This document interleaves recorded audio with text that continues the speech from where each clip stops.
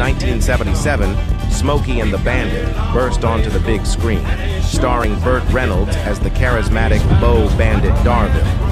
The movie's true star, however, was the iconic 1977 Pontiac Trans Am that Bandit expertly drove.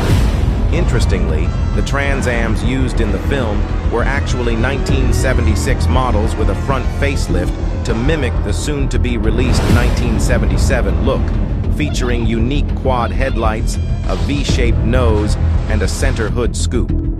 Underneath the hood of these Trans Ams roared the 400 cubic inch V8 engine, displaying TA 6.6 decals on the hood scoop, harking back to the engine's impressive 6.6-liter displacement, reminiscent of the powerful 1969 Trans Am models.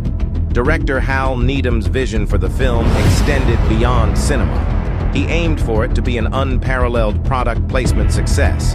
His goal was achieved as sales of the Pontiac Trans Am skyrocketed after the film's release.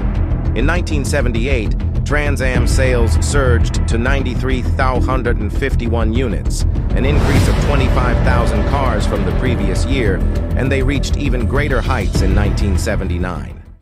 1970 Pontiac Firebird Trans Am. The Pontiac Firebird Trans Am was a stylish and powerful muscle car that was popular with both men and women. It was powered by a variety of V8 engines, including a 400 cubic inch engine that produced 335 horsepower.